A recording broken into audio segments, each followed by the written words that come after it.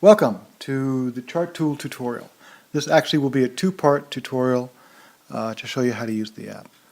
If you're following along on an iPhone, you're not going to have any trouble. It's pretty much the same. Up here in the left-hand corner, you'll see a little button that says Chart Tool on it. If you open that, you'll see the main panel, which will open up.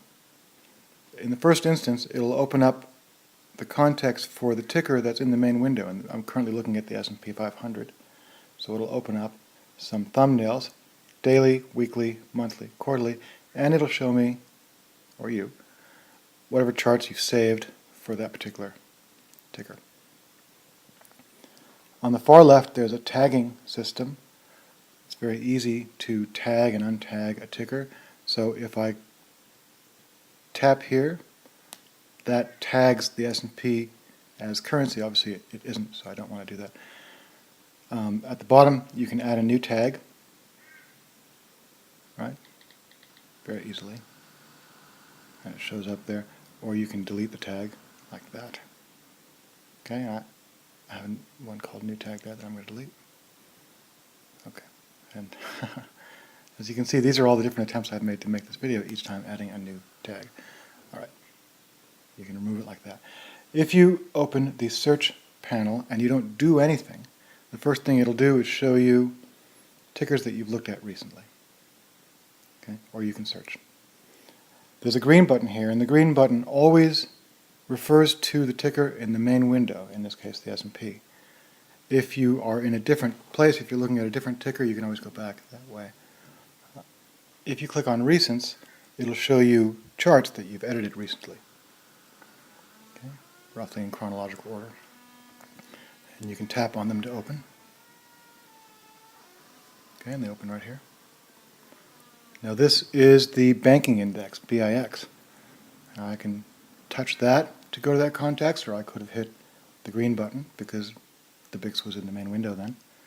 And now I have three charts that I've been working on for the banking index.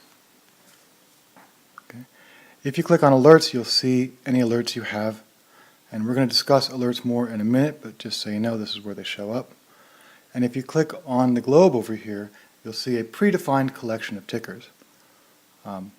They are, for the most part, global indices, things like the banking index, things like the VIX, things that you'll want to look at to just to judge the overall health of the market. Something interesting is happening. Whoops. Something interesting is happening right there, I noticed. What is that? The biotech index. You can kind of see that it's spiking. Let's take a look at daily.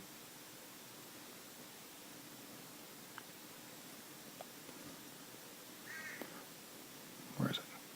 Now, we could just as easily, yeah, it's spiking up pretty hard.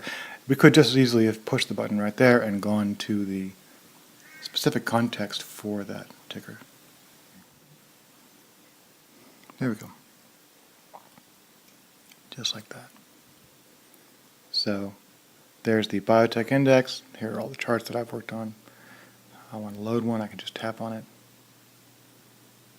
There it is in the main window. And that covers what's up here. Now there's two sections here. There's a charts section and there's a www section. You'll note that at the top, here let's take a look at a stock here. Let's take a look at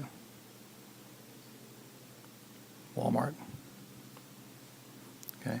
At the top of each context area, you'll note links to Yahoo, Google, Edgar, and Twitter.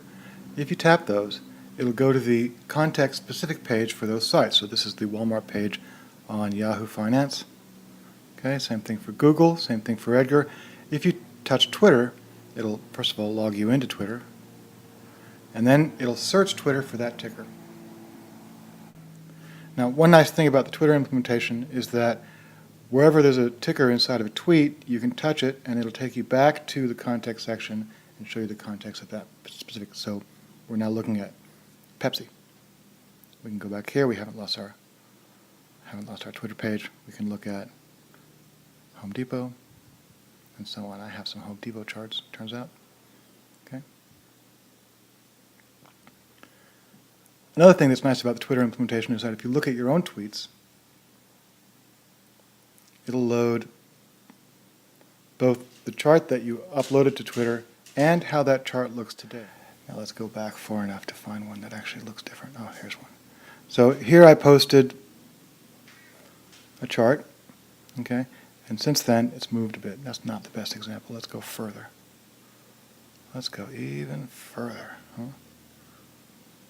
Here we go. This is a good one. So here's one of the S&P, and then here's one about a week later.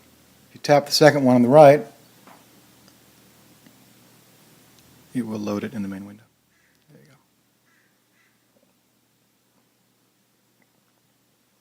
Okay, good. At the bottom here, if you touch Google or Yahoo or Help, it'll go to the Google Finance homepage, the Yahoo Finance homepage, and a help page on my site, where you can write to me if you have any trouble. And there's a few help topics here as well. If you want to go back to somewhere you've looked at previously, this table here keeps a record of all the places you've been. So we can go back and look at the biotech index, just like that. Okay, and we can decide we want to edit that.